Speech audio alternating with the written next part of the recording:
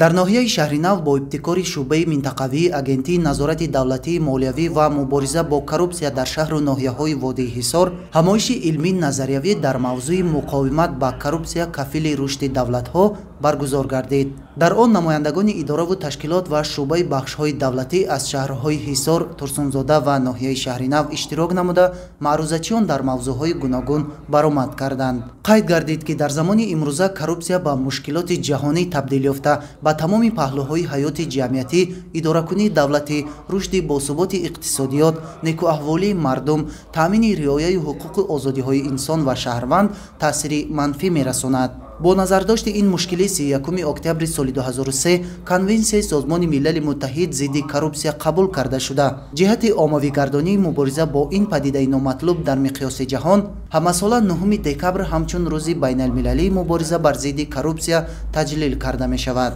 дар ҷумҳурии Тоҷикистон низ ин конвенсия 25 сентябри соли 2006 қабул гардида 16 апрели соли 2008 аз ҷониби Маҷлиси намояндагони Маҷлиси олии кишвар тасдиқ карда шуд. дар заминаи ин санади байналмилалӣ ҳоло дар мамлакат зиёда аз 20 санадҳои меъёрию ҳуқуқӣ дар самти мубориза бо коррупсия қабул гардида мавриди амал қарор дода шуданд, ки дар пешбурду таҳкими сиёсати давлатии зидди коррупсионӣ нақши муассир мегузорад. барои пешгирии ҳама гуна ҳолатҳои коррупсионӣ муайян намудани сарчашмаи асосии он зарур аст. мунтазам гузарондани таҳлилҳои фаъолияти кормандони ин ё он ташкилоту идораҳо яке аз омилҳои асосии пешгирии хавфҳои коррупсионӣ мебошад.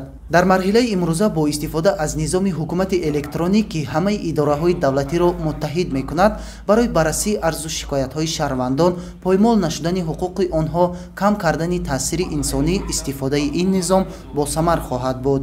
гуфта шуд ки муқовимат бо коррупсия кори дастҷамъона буда барои пешгирии равандҳои коррупсионӣ дар байни аҳолӣ пеш аз ҳама маърифати ҳуқуқи онҳо баланд бардошта шуда баҳри ташаккули тафаккури зидди коррупсионӣ ва паст намудани таъсири коррупсия ба иқтисодиёти кишвар, инчунин дар сатҳи қонунӣ бароҳмондани ҳуқуқу озодиҳои инсон ва шаҳрванд зарур аст ки тамоми воситаи усулҳои муосир ва кӯшишу имкониятҳо равона карда шавад. дар фарҷоми чорабинӣ музокираи паҳлӯҳои асосии мавзӯъҳо дар самти мубориза ба коррупсия доир гардида ба ҳозирин наворҳои таблиғотӣ намоиш дода шуд.